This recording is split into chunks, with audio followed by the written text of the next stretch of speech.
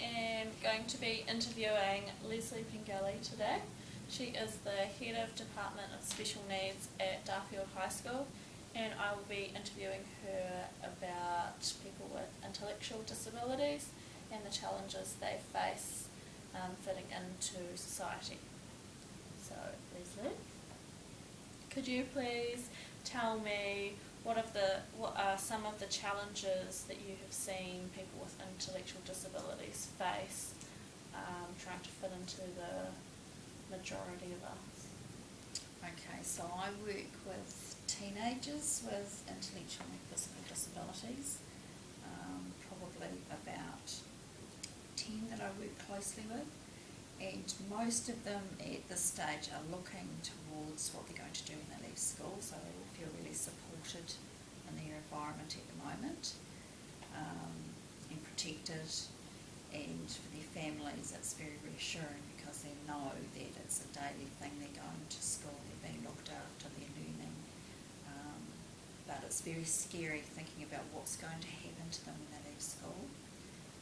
So the big challenges for me and for those teenagers and families are around transitioning out into the workforce. Is really, really challenging and really difficult getting employers on board to even think that they might give them work experience, let alone a paid job.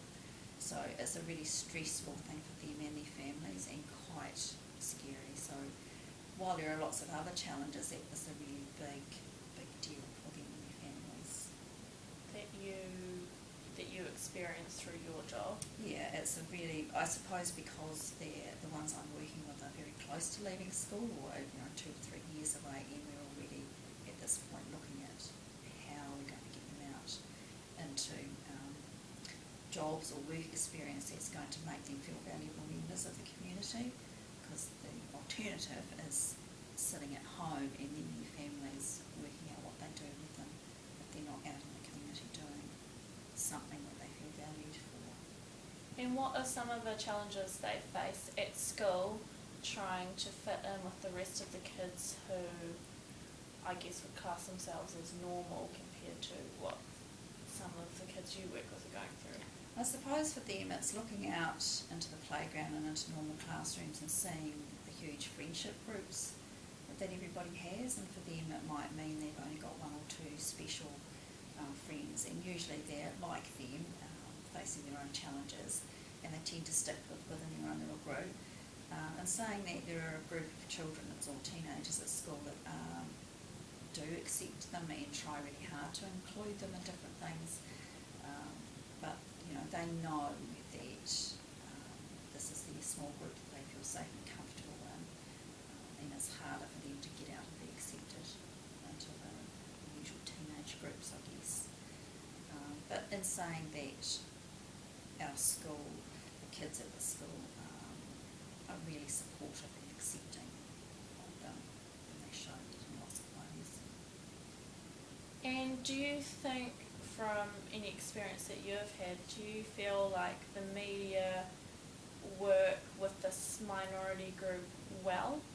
Do you think they're accepting of what they're going through? In our community, definitely yes. We have a couple of small local newspapers that take a lot of interest in our school, and they like to do stories on things that are happening at the moment, and oftentimes that includes some of our students, because we have one student in particular who's done really well with her swimming on a national level, so she's been in the paper a few times, stories about her, photos of her with medals. So they're always making sure that they include the group from the learning support area as much as they can in those stories when they look at the school-wide stuff that's going on. Would you have any advice for the media in how they would deal with people who have an intellectual or physical disability and dealing with their families as well? Do you think there's anything the media could do to make it easier on these people? I think just making sure that they treat them the way they would treat any other family they were interviewing, that these families see themselves as perfectly normal, and they don't like to think that their kid kids have been treated any differently. They would, they're included in their families exactly the same way as any of the other siblings, and they probably wouldn't want to think they were being singled out or highlighted as being different in any way.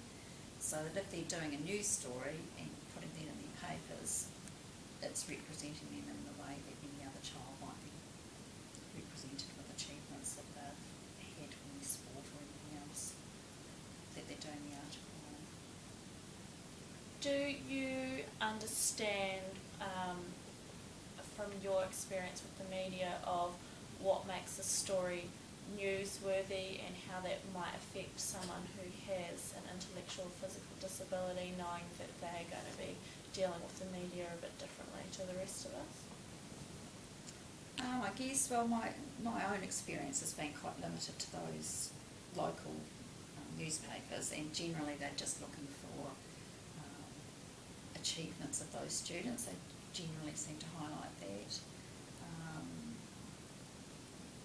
And I think we've been really lucky because we have a good relationship with those newspapers in that small community, and we've had a good working relationship so we understand each other and what we both need from each other. Is there any advice you would give to a journalist outside of your local community if they were coming into the school to interview one of your students before they interviewed them? I suppose it would be to spend some time with them first and get to understand a little bit about them. That would be really important, because these students clearly, with some of their disabilities, they would feel a little anxious probably, and they may not get what they needed out of them if it was just a cold, straight off story, straight interviewing, and they may not get what they really needed. So it might be about spending half a day or a day with them, getting to know them and their families if the families are involved first. It would be quite different from a student who understood quickly what was going on. Okay, thank you very much for your time today. You're welcome.